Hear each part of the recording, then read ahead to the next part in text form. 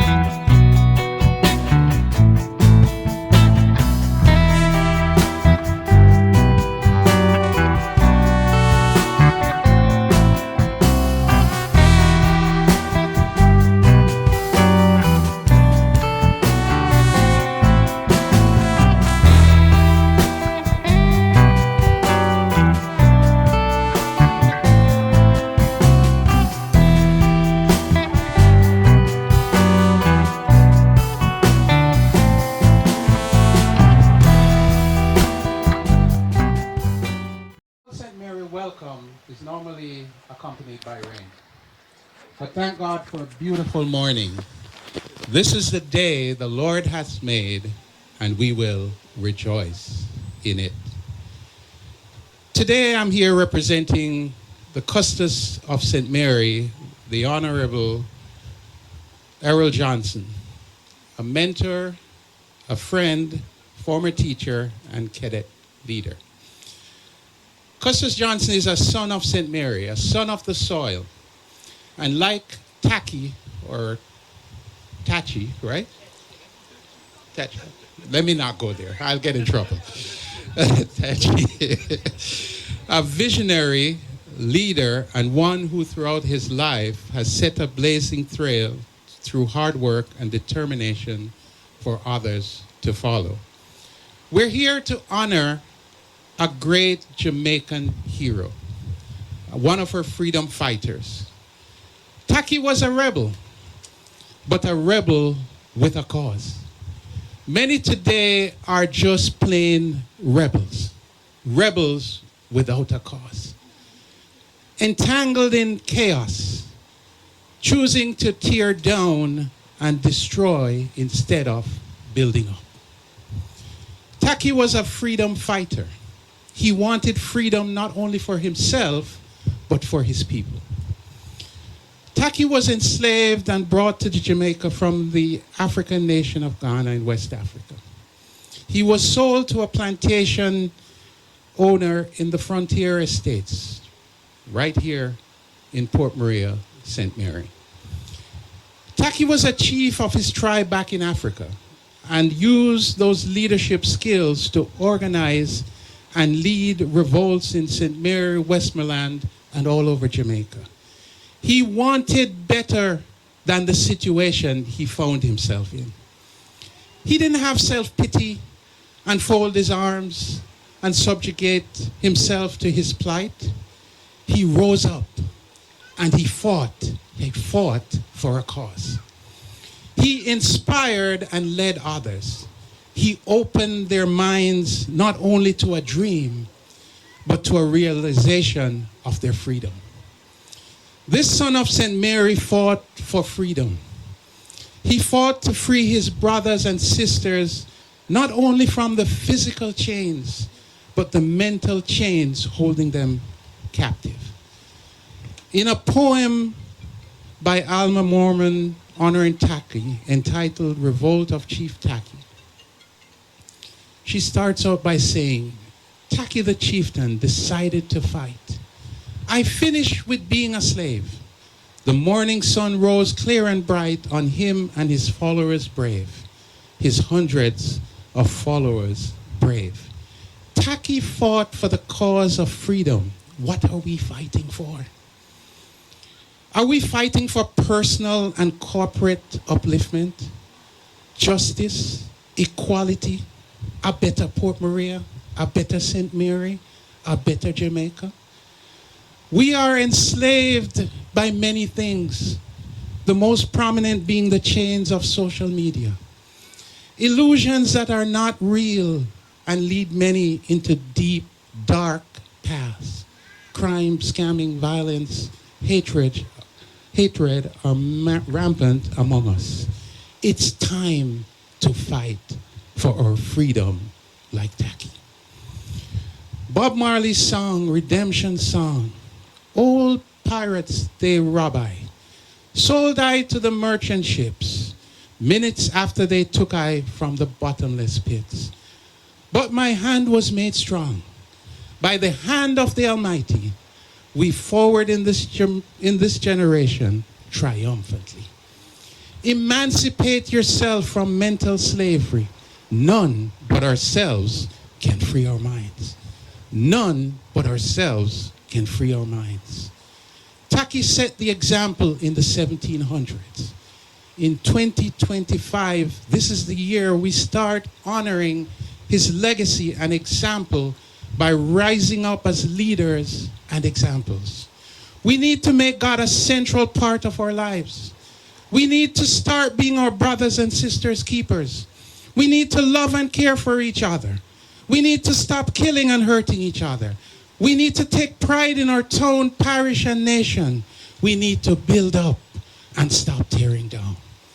Like Takyi, this morning we say, I finish being a slave. Let's all leave here this morning instilled in that bright promise of fulfilling that purpose that God has given to all of us. Thank you. Bless you. God bless Jamaica, land we love. Thank you so much, Mr. Mason. Wonderful presentation. May we give him a second round of applause? We sincerely apologize for the absence of Dr. the Honorable Norman Dunn, Member of Parliament and Minister of State in the Ministry of Labor and Social Security.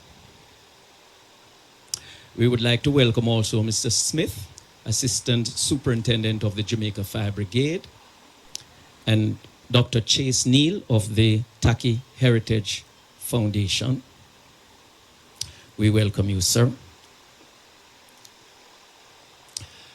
At this time, we invite our Member of Parliament for St. Mary's Central, the very place where we are gathered this moment, and long-standing Member of Parliament for this area, well-known Member of Parliament, Dr. Maurice Guy. Shall we put our hands together as we welcome him, please, to the lectern to bring greetings. Thank you very much, Mr. Taylor. I want to acknowledge the co-moderator, Matron, and I also like to associate myself with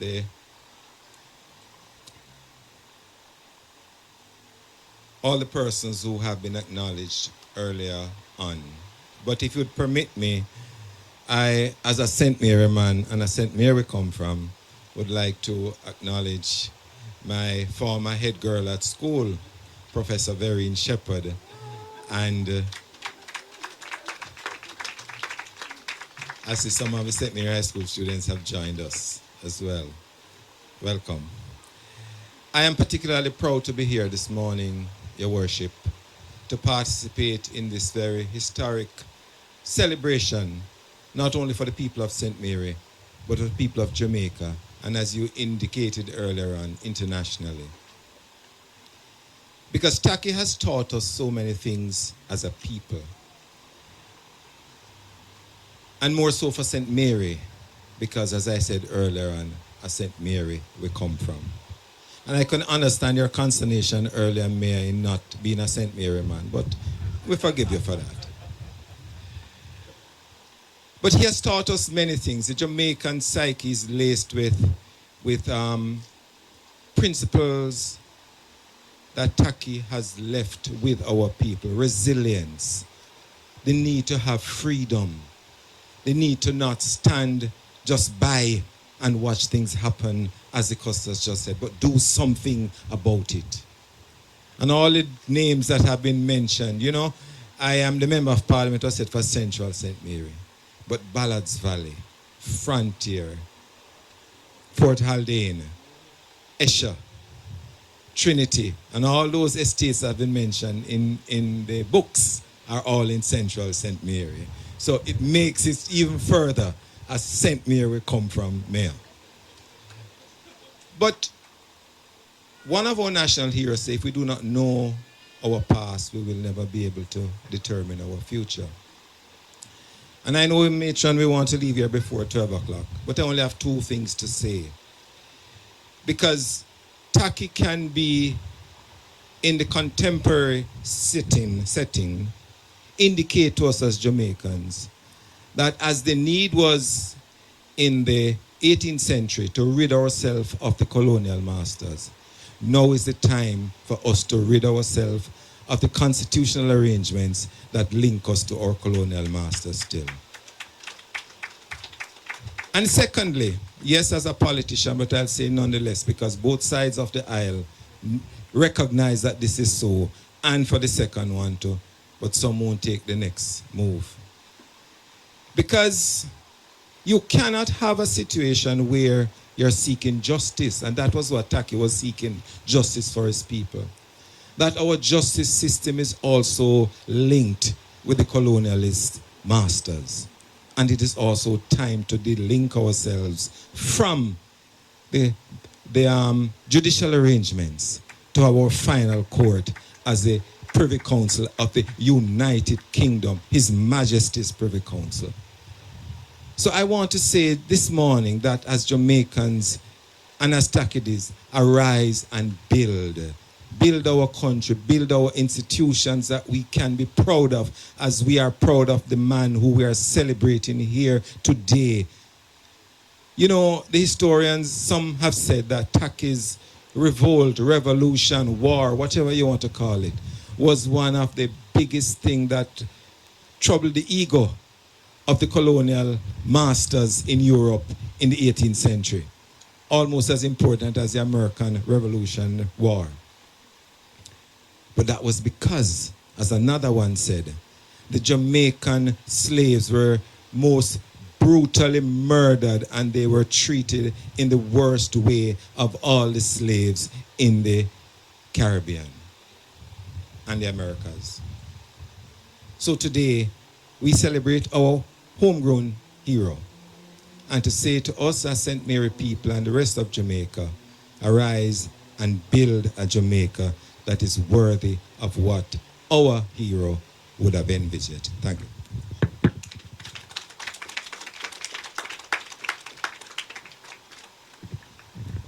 Thank you so very much, Dr. Guy.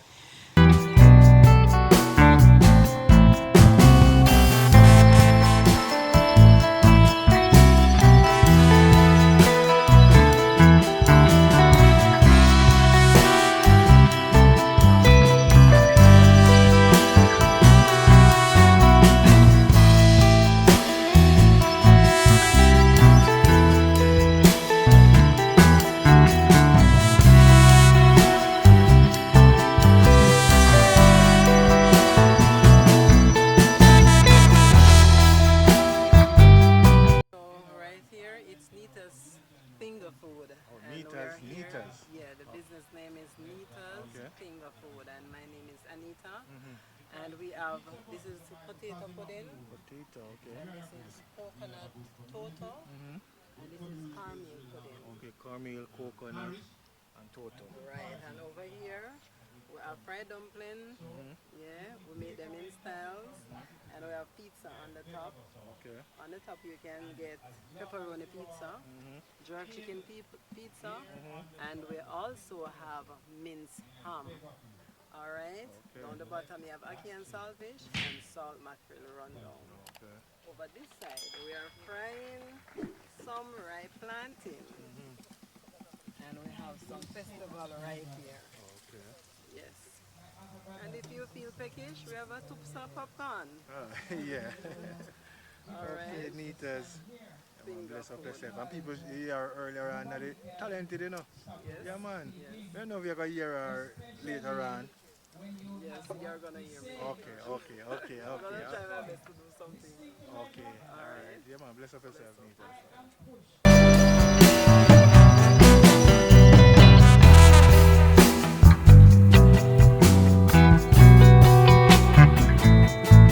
We are going to be hearing from Liberty Learning Center at this time. Please make them feel welcomed.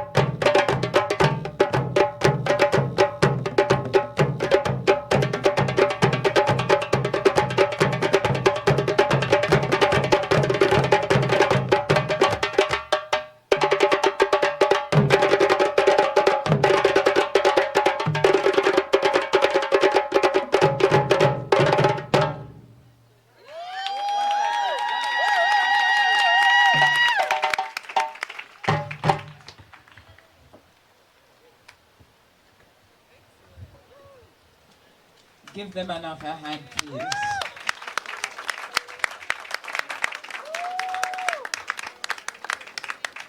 Wasn't that lovely? Beautiful, beautiful. The spirit of Takyi is here, but where is the school of Takyi? You ready, Takyi? They're ready? All right. Give them a hand and let them come.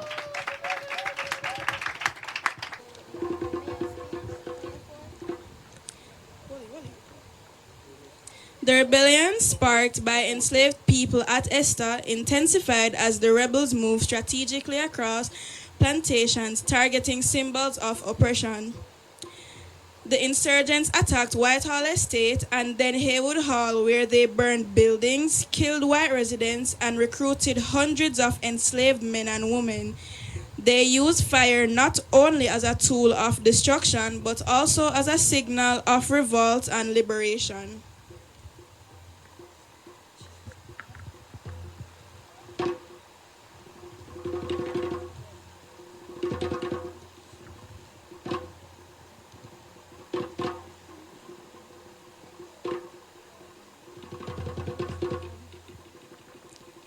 During a critical moment in the rebellion, the insurgents gathered in a tree-covered area to celebrate their initial victories. They roasted meat and shared goods, boosting morale and unity through food, song, and ritual.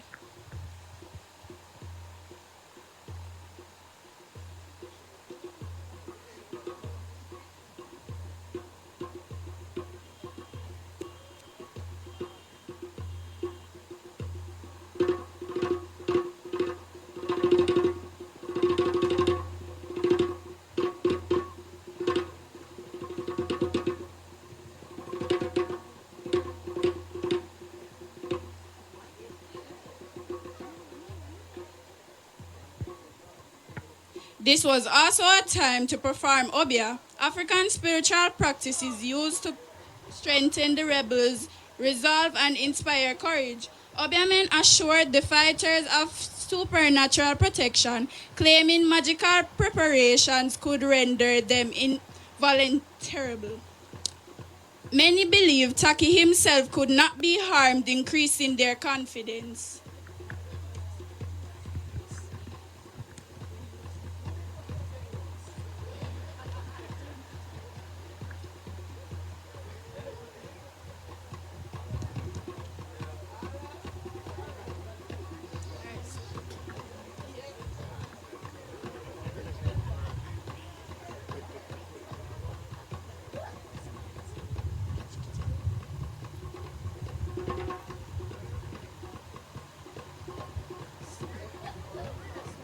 The rebels demonstrated clear strategic planning. Their swift mobile attacks followed patterns from African warfare, using the terrain to their advantage.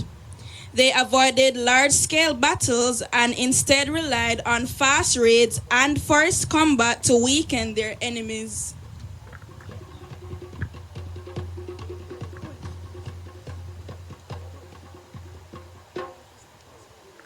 Despite the intense resistance, the rebels succeeded in expanding the uprising organization's attacks across multiple plantations and aiming to control key commercial zones. Their victories and strategic coordination signaled that for a time the rebels were in control and had indeed won the fight.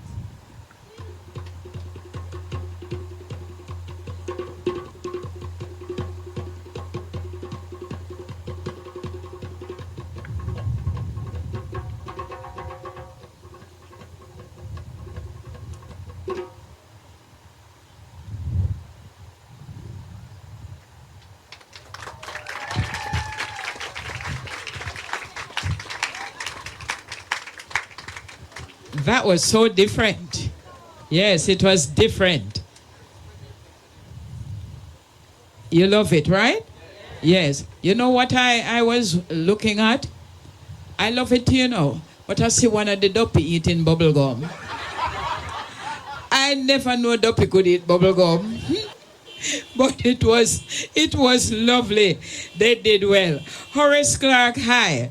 Please come and do the second presentation. You're here, Horace Clark?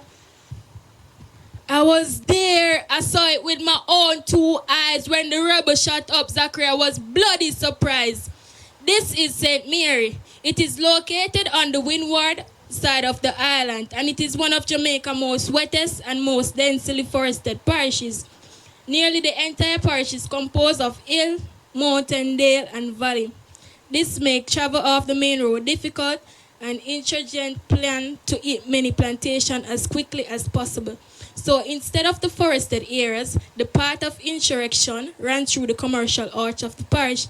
I was there. I saw it with my own two eyes when the rebel shot up Zachary. I was bloody surprised. Zachary Bailey had been here in St. Mary for a few weeks, touring plantation he owned or managed for others. He was at his own Trinity estate day before yesterday, which was the day before the uprising. He was inspecting newly purchased Africans, including myself, and distributing clothing and cane knives among us. I was there. I saw it with my own two eyes when the rebel shot up Zachary. I was bloody surprised. The same night, he slept at John Crunkshire, Ballard Valley, a few miles upriver from Trinity. At daybreak, some of the enslaved domestic workers woke up with startling news. The insurgents, other known as the rebel, were close. He hurriedly consulted with Cruikshank. They agreed to start collecting arms and gather together at the estate nearby. Zachary then rode down the hill from Cruikshank's house. I was there. I saw it with my own two eyes when the rebel shot up Zachary. I was bloody surprised. He met upon an old body of niggers in full march and heard what he believed to be a romantic yell of war. In other words, he heard loud piercing voice and Africans who were ready to war. He rode toward the rebels, hoping to convince them to stand down. Approaching cautiously, he waved his hat in the air and called out those from the Trinity estate, trying to outsmart the rebel. He said, "Boy, don't you know me?" They answered with gunshot compelling Zachary to retreat. He died on spot. They immediately attacked the house, killing the overseers and 3 other white men inside. I was there. I saw it with my own two eyes when the rebel shot up Zachary. I was bloody surprised. We all him wicked. Me never know what I did. Me think he would have find a way if he kill off the rebel. Instead, I took my chance to run, cause working on the plantation is no fun. Me tired of the heat and the thirst and the can. So before them see me and catch me gone. But I was there. I saw it with my own two eyes. When the rebel shot up Zachary, I was bloody surprised. Thank you. To the lectern at this time to bring us the reading of the proclamation. Please help her feel very, very welcome. Thank you very much, Uncle Hurley, and good morning, Auntie Linda. I think we're all family here, so hello, brothers and sisters, nieces and nephews. And as we've all been sitting for quite a time, I'm going to invite you to change your posture just for a moment and stand with me for the reading of the proclamation.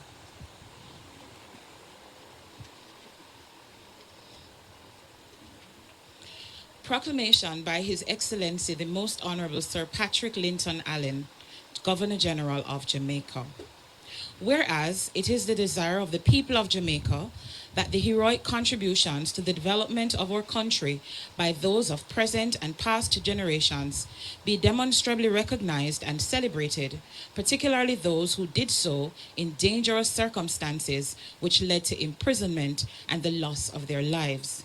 And whereas it is of great social, cultural, and political value that the heroic acts of such persons be recorded, published, and broadcast to enable the memory to be sustained. And whereas Chief Takyi, an African man from the Fante ethnic group in Ghana, who was enslaved on the frontier plantation in the parish of St. Mary, organized a war now known as Takyi's War, in which he led 400 enslaved warriors to confront the British military, despite the odds against them in the Battle of Rocky Valley, with the goal of taking control of the island and making it a free and independent nation. And whereas, despite their heroic efforts, Chief Takyi and his fellow warriors, including Chief Jamaica, were not successful in their attempt to overthrow the British enslavers against whom they fought, but were either killed in battle, deported, brutally punished, or, according to various sources, committed mass suicide at what is now known as Takyi Falls. And whereas Chief Takyi displayed a heroic spirit, outstanding organizational methods, tactical battle strategies, and fearless bravery that inspired anti-slavery actions island-wide and regionally that continued in Jamaica and other sections of the Atlantic world until slavery was abolished and full free attained in 1838 in Jamaica and the wider British colonized Caribbean. And whereas it has been deemed fitting that the 8th day April, the day of the full-blown battle in St. Mary, in Chief Takyi's war for freedom from slavery, is an appropriate day on which to celebrate his achievements and solidify his memory in the minds of every Jamaican. And whereas the Ministry of Culture, Gender, Entertainment and Sport has given notice of the intention of the Government of Jamaica to recognize the 8th of April as appropriate for such a purpose, though not being declared a public holiday. Now, therefore, I, Patrick Linton Allen, member of the Order of the Nation, Knight Grand Cross of the Most Distinguished Order of St. Michael and St. George, Commander of the Order of Distinction, Knight of Grace of the Most Venerable Order of the Hospital of St. John of Jerusalem, Governor General of Jamaica, do hereby proclaim and make known that the 8th day of April shall be declared Chief Takyi Day and so observed annually. Thank you. You may be seated. Thank you, Mrs. Blackwood Grant. I hear in the message how brave Takyi was, how selfless Takyi was, and how forward-thinking Takyi was. What a man. Please say thanks to Takyi. Thank you, Takyi. May his spirit live on in all of us.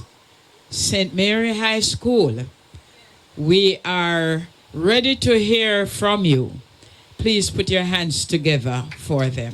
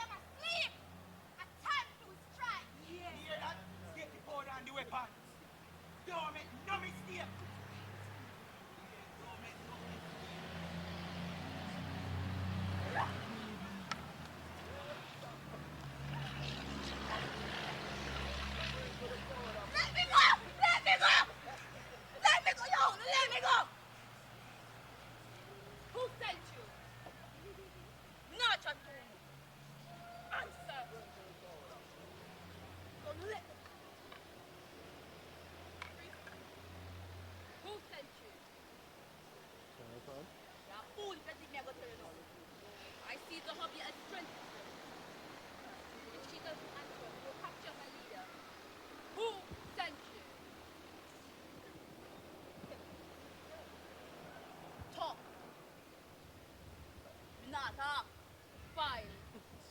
We'll offer you a land here, and you'll stay, and we won't bother you if you help us kill your leader.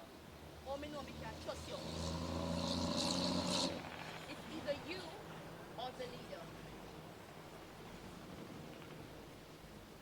Is it a deal? All right. Let's go.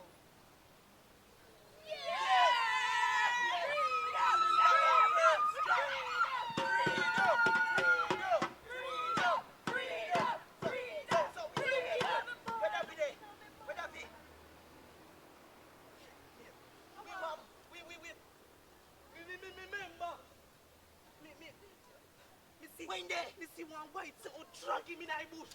See the shit that me know Hey, me. Chalan, you see that and you don't say no? Yes, sir. But I told me the afraid. Afraid of what? You know, say we're strong together.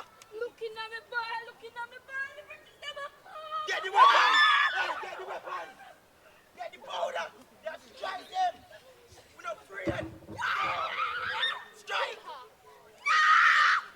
Go, go. Strike them! Give me that gun for we rebellion! Strike them! Go for them!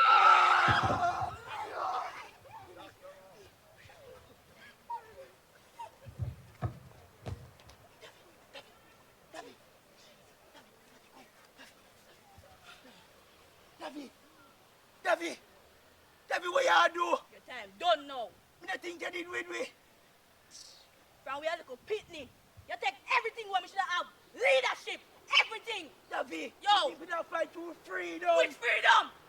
You know how many British them take over like this? Davy, come on, man. Yo, shut up. Takyi rebellion light up Jamaica with courage and resistance. The British did use force, but the fire with Takyi start never did out. 60 whites gone, hundreds of our people dead, and no ship get out for work hard for logwood, cutters and bellies. But Takyi make history with him bravery. Him name depend the lips of every Jamaican for freedom, for justice, for our ancestors we fight. Thank you.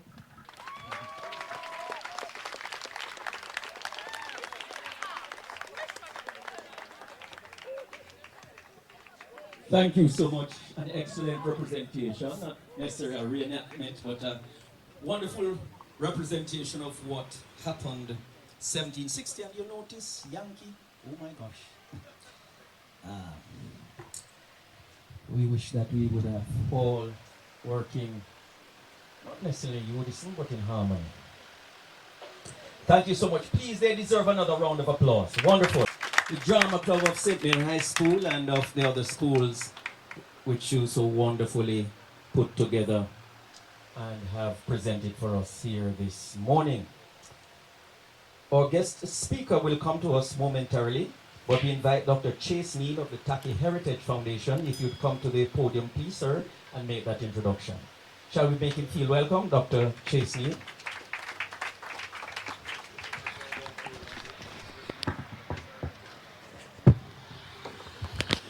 In keeping with the precedent already set, with all protocols being observed, ladies and gentlemen, esteemed guests and distinguished attendees, it is with great honor that we welcome our esteemed guest speaker for this year's Chief Takyi Day commemoration, Dr. Todne Thomas, PhD.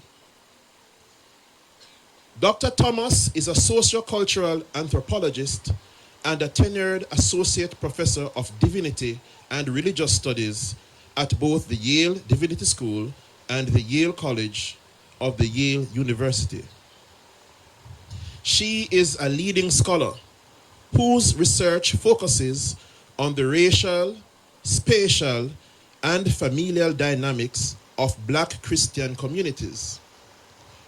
Her work explores the intersection of religion, race, kinship, and consciousness, offering critical insights into the lived experiences of African American and Afro-Caribbean congregants. She is the author of Kingcraft, The Making of Black Evangelical Sociality, which was published by the Duke University Press in 2021.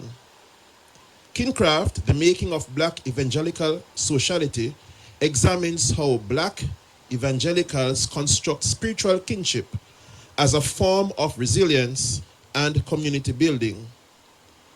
Her forthcoming book, From Hate to Hallows, Reframing Black Church Arson, explores the significance of Black church burnings through the lenses of religion, race, and sacred space.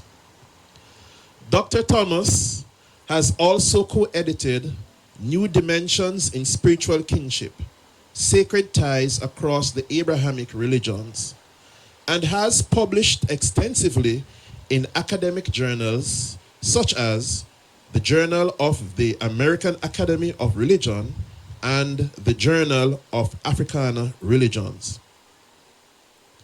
Her dedication to the field is further reflected in her leadership as the president-elect of the Association of Black Anthropologists. With her profound expertise in African American religions, the African diaspora, and the anthropology of Christianity, Dr. Thomas is uniquely positioned to enrich our understanding of Chief Takyi's enduring legacy. We are privileged to have her here with us today as we honor the courageous leader whose resistance helped shape Jamaica's path to emancipation. Please join me in warmly welcoming Dr. Todney Thomas, PhD.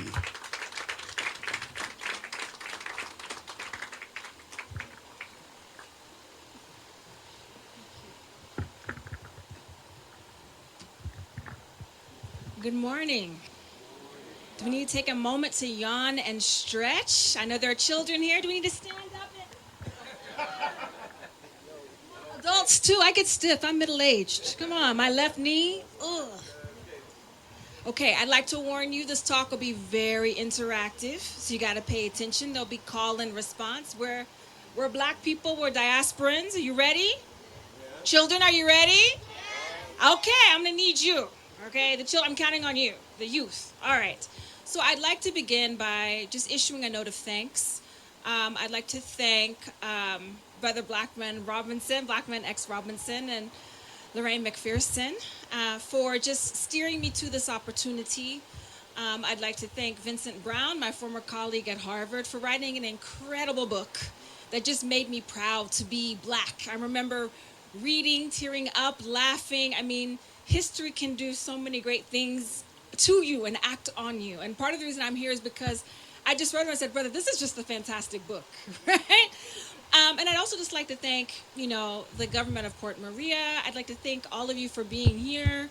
I'm excited, right? I greet you as an anthropologist and a professor of black religions. Most important, I greet you as the daughter of James and Reverend Doris Thomas, and as the mother of my son, Tashinga. Hey, baby. And before we get started, I'd like to answer a very important question that might be on some of your minds. No, I am not Jamaican. But we can chop patois, okay? I am a proud Afro-Appalachian woman from the East Tennessee Valley in the United States. And for those who don't know, Appalachia is what an elderly gentleman on the plane ride here sitting next to me, who was also from Tennessee, mind you, referred to as the country, right? But if so, Appalachia is the country of Alex Haley's roots and of his ancestor queen, which is the only queen we need to acknowledge today. Appalachia is the country of the departed feminist Bell Hooks, and it is the country of the poet and now ancestor Nikki Giovanni, who teaches us in her famous poem, Nikki Rosa, that black love is black wealth. All right, children, repeat with me. Black love, is black wealth. What I guess I'm trying to tell you by all of this is that I come from a place, a black loving place, and that love is with me here today. I also greet each of you in the Garveyite spirit of Africa for the Africans at home and abroad, a spirit of Pan-African solidarity that animates black studies in the United States, my research, and so many dear friendships and kin of mine. We have so many ways as black people that we can learn and relate to each other and show up for each other. And I appear here in this moment in deep gratitude for the many things that Jamaicans have taught me on the page and in life about black living. This includes the movement of Rastafari, which has fed my own black love and black pride, and it's fed black mysticism worldwide. This includes professors who taught me as a young adult at the University of the West Indies, Mona, in 2003 and 2005. This includes Sylvia Winter, who has fundamentally changed how we understand decolonial thought and practice. I mean, we have Verna Brodber in the audience. Should have told me that. Verena Shepherd in the audience. She told me that before I came. And this includes St. Mary's own Erna Broadberg, who's one of my favorite Jamaicans, who's also an amazing St. Marian, a literary genius, sociologist, and activist. And it's from her work I want to take the tone for my talk today. So she has a novel called Louisiana, where there is a Jamaican anthropologist who is trying to interview an elder. You know, the Jamaican anthropologist is from St. Mary, and she's trying to interview an elderly black woman named Anna from St. Mary, Louisiana. Louisiana, I don't know if anybody's ever been to Louisiana, also has a parish system, right? So we have, Broadberg connecting St. Mary, Jamaica to St. Mary, Louisiana. And to this young anthropologist's terror, the woman she's interviewing suddenly dies, right? So she's like, there goes my research, there goes my degree, right? But the next morning she wakes up and she hears a voice, right? That's her voice, but it's not her voice. And the voice said, Ahuse Samidet, right? Ahuse Samidet. And from that, we're going to be saying this over and over today, so we need to practice. I'm going to take my lead from your own Irma Broadberg. Ahuse Takidet. Okay, so let's practice, children. Ahuse Takidet. Very good. Ahuse Takidet. Yeah. All right. Beloved, we are gathered here today because history matters. It matters. All right, children, say history matters. It always has, and it does today. It shapes the stories we tell our children and ourselves, the way we see ourselves and each other. In a church where I conducted research in Tennessee, the Seventh-day Adventists taught their children the following slogan: I am a promise with a capital P. I am a great big bundle of potentiality. History reminds us of our potential, that we have stories of our own to write. History shapes the books we teach in our schools, the stories we read, the festivals we organize and attend. And it is historical events like these that make history a living thing, a breathing thing, rather than a dead archival thing. And that makes it part of collective memory. It doesn't just belong to academics, and it cannot be obliterated by changing political tides. History is also present as we dream of our futures. We stand on the shoulders of our ancestors like Chief Takyi. We build on their strength and we extend their hopes. As Brother Black X said during our first meeting, I'm not just thinking about 1760, I'm thinking about 2060. What would Chief Takyi want for us, his descendants of blood, spirit, and diaspora, in 2060? And what freedom dreams do we have for ourselves and our communities now and in the future? For my own part, I hope the Lord sees fit to let me see 2060. I think of my son, my niece, my students. I have dreams that they live into their gifts, many like the children, the ones you've seen of the children today. I dream they will forge a world that is more and more just, and that they will get freer and freer and freer. I hope they levitate and fly with their freedom, stronger and more hopeful, like Jacob's ladder, every rung going higher and higher, making us their parents, elders, teachers, aunties, uncles, preachers, and ancestors like Takyi. Watch them with pride and awe. For me, this invitation, this gathering is good medicine, because as an American citizen and educator of African descent, I currently live amidst an administration that seeks to erase histories that do not celebrate a certain kind of American project, right? As written in an executive order issued just on March 27th, 2025, it's titled Restoring Truth and Sanity to American History. This report rebukes a revisionist movement, which is constructed as undermining the remarkable achievements of the United States by casting its founding principles and historical milestones in a negative light. The president advocates for changes to save the Smithsonian Museum complex, which is identified as the country's most esteemed museum system, to, quote, remove improper ideologies from such properties and prohibit expenditure or exhibits on programs that degrade shared American values, divide Americans based on race, or ideologies consistent with federal law and policy, end quote. slavery is nowhere mentioned in the order. We might be able to deduce, because we're all smart and beautiful, which types of histories will be subsidized by the current administration and which types of histories will be muted. But Takyi Day is a powerful reminder, right? And you're saying Takyi Day is international. It is international. It's a powerful international reminder that history matters and that historical legacies are monumental. Historical memory is long, especially when we teach it to our children, and historical consciousness can be fierce. Like the Coromantee War, history is a battlefield, and at times we need to be history's soldiers. The history of Takyi is, yes, St. Mary's history, it's Jamaican history, but it is also a beautiful gift to the broader African diaspora of which I am a part.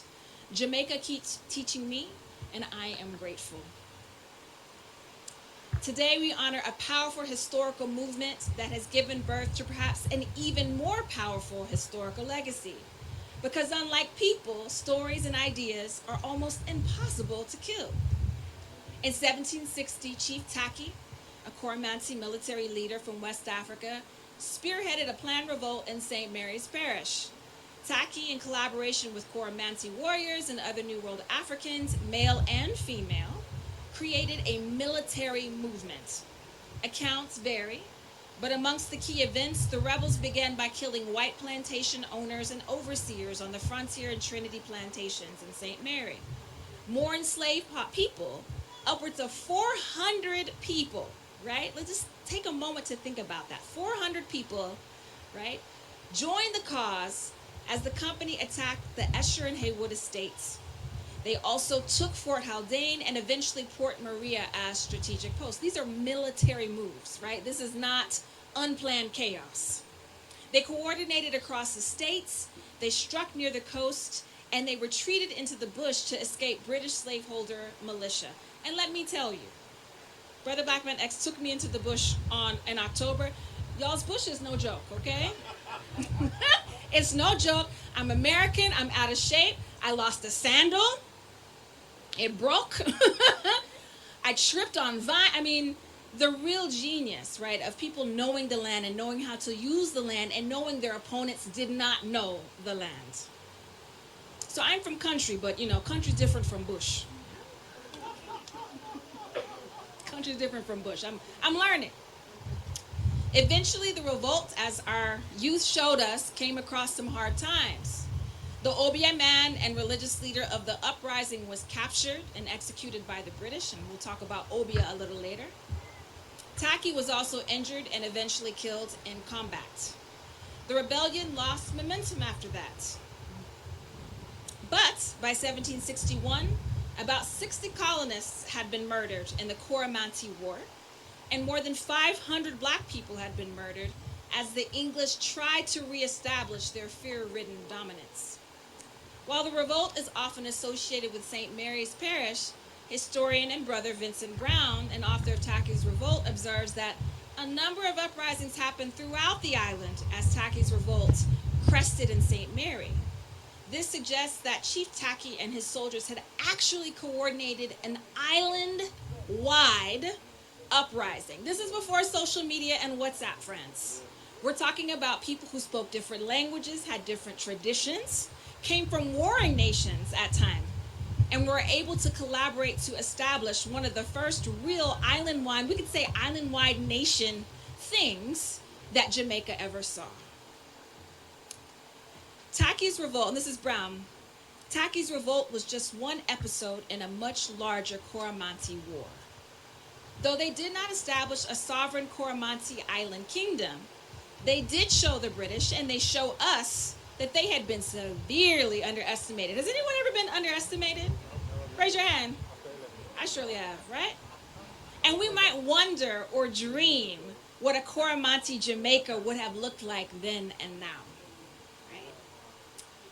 Though in some accounts, the war had been scheduled for Whitsun or Pentecost, it happened around Easter instead, and we're in Easter season now. The choice of Pentecost and Easter may have been selected less for religious reasons and more for tactical purposes. Vincent Brown writes that planter observance of these Christian religious seasons often allowed more relaxed social conditions with less surveillance. So the Coromantee had studied, right, the British, and they knew when they were chilling out, right? They knew when a good time to attack would happen. Also, it's important to note that Christian missions on the island in 1760, they were just starting out, right? And enslaved people of African descent had plenty to be skeptical of when it came to Christian missions at that time. For example, the Church of England and the Society for the Propagation of Gospel preached the gospel of salvation. Meanwhile, it still owned slaves in the Caribbean and benefited from the transatlantic slave trade. So imagine trying to sell Christianity as a church that's engaged in acts like that. Like our ancestors had the right to be a little skeptical of the Christian project. It is understandable why Takyi and his comrades decided to save themselves during the Easter season of 1760. Or they recognized what author Toni Morrison wrote about freedom in the novel Home. All right, children, we're up again. Look to yourself. Repeat after me. Look to yourself. You free. Nothing and nobody is obliged to save you but you. Morrison continues. Somewhere inside you is that free person I'm talking about. Locate her and let her do some good in the world.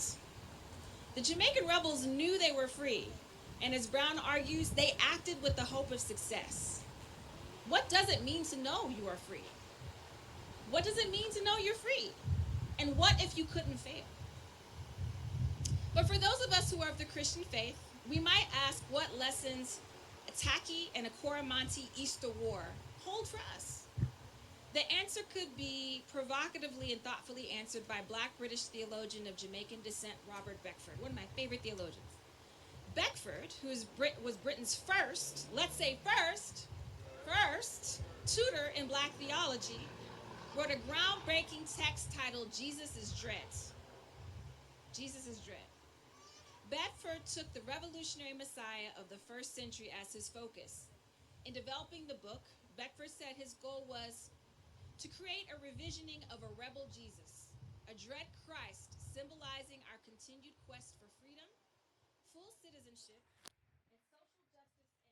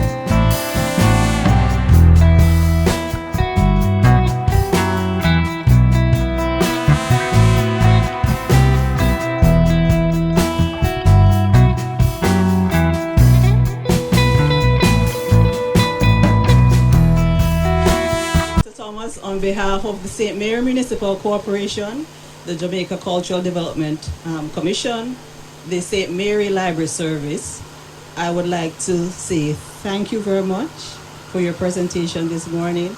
It was extremely educational, and I hope we all learn a little bit more about our history, where we're from, because, I'm not from St. Mary, but Takyi is in all of our bloods, because we are all warriors. So thank you very much, and I hope you enjoy the small token of our appreciation.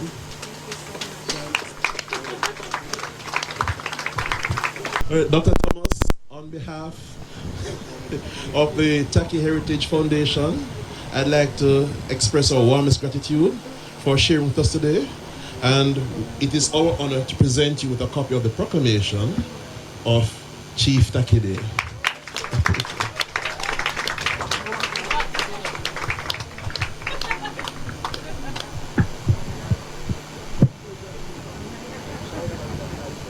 The St. Mary Parish Library has been doing tremendous work. And long before the proclamation was made, St. Mary Parish Library has been involved in highlighting and preserving the legacy of Takyi. Presentation.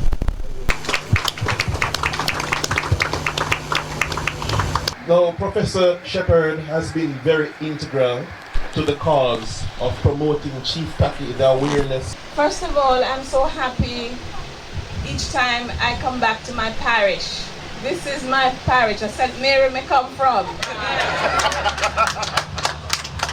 And I went to St. Mary High School, and I'm so happy to see the students, and I'm sure many teachers perhaps from St. Mary.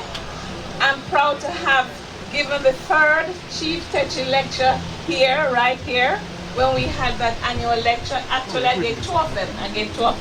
2019, 2005. So I'm happy, and I congratulate the library and all the mayor and the Costas and all the people of St. Mary. My beautiful sister here, Hurley. I have had many conversations with him. And we have been digging and exploring and publicizing the history and the spirit and the accomplishment of this great African man who came, was enslaved, but who said, "Inagoso." So Takyi no dead. Thank you very much. Thank you, Professor. All right, Dr. Guy, though he may not have known it, he had preluded during his speech as the Member of Parliament for Central St. Mary, in which all of these historical events happened, from the frontier plantation to Esher to Fort Aldane to the Ballards Valley plantation. To all of these happened right here. And as the frontsman for the constituency, we present this, our token.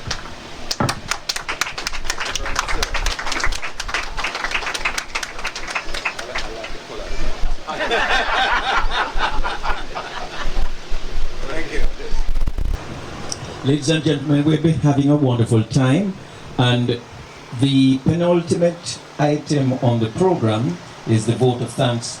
That will be followed by the floral tributes. I am here to say thank you for coming out. I am wondering if I should really single out persons, but I'm going to try. And I don't want anyone to be upset if I did not mention them, okay? But I am going to say from the beginning, thank you, so that you won't be left out, okay? So on behalf of the St. Mary Municipal Corporation and the Takyi Foundation, a big thank you to be here today. So thank you to Mr. Richard Mason, JP, for coming and also representing the Costas. You did very well, sir. To the guest speaker, Ms. Thomas, Dr. Thomas, a special thank you for taking the time to come so far to this humble little division of Fort Maria to make your presentation. We thank you. Where is the Member of Parliament? I don't see you. Okay. Thank you, my Member of Parliament, for being here. The only time you ask him to do something for you, and he must have something from way back, but he's always here and always on time. Thank you, Dr. Guy. Mr. Hugh Johnson from the African diaspora, thank you, sir, for coming and sharing and giving us a little heads up of what is happening around us, near and far.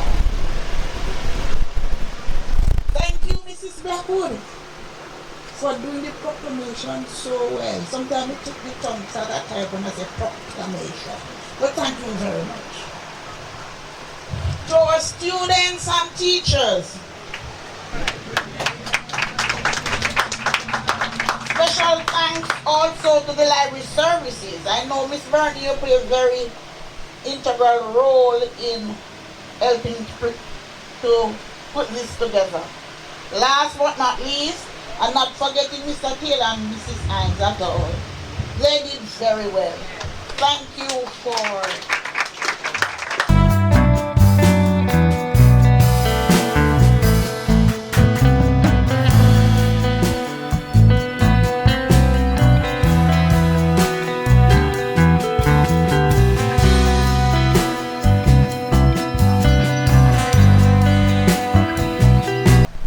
Mr. Mason, representing the Custos. We're working with you.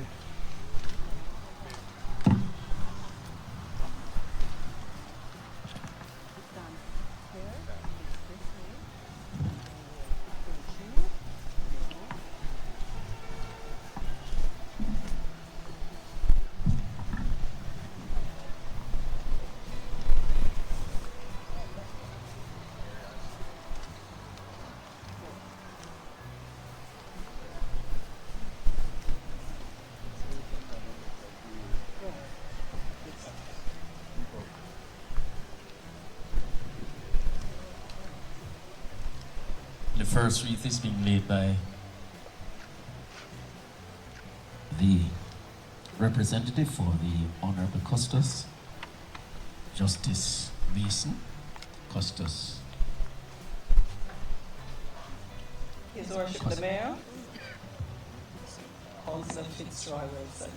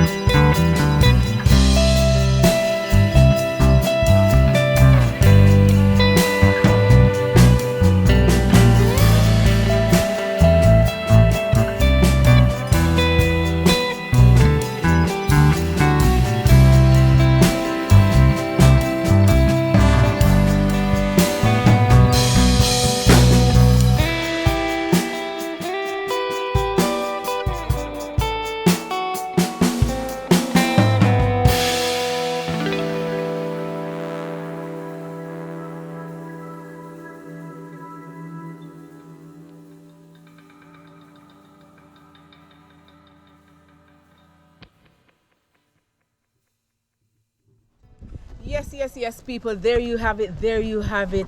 It has been a wonderful day today. I have learned something. I have learned a lot, people. And I know Miss Bailey have learned something. Me uncle, back when I was going in school and they were talking about Takyi and all of them, something that the history. I never pay much attention to history when I was going school, but now I have learned something.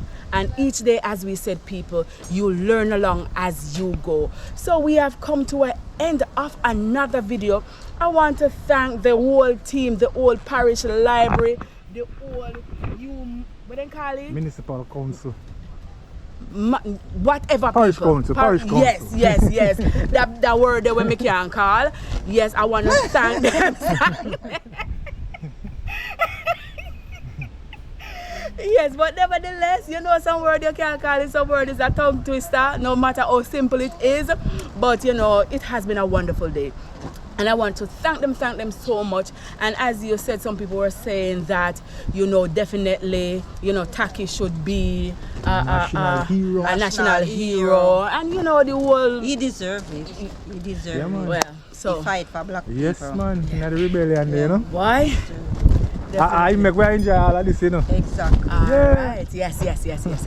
So, as we always say, people, if you're driving, please drive safe. Because you're not driving for yourself alone. You're driving for the one in front of you, you're driving for the one behind you.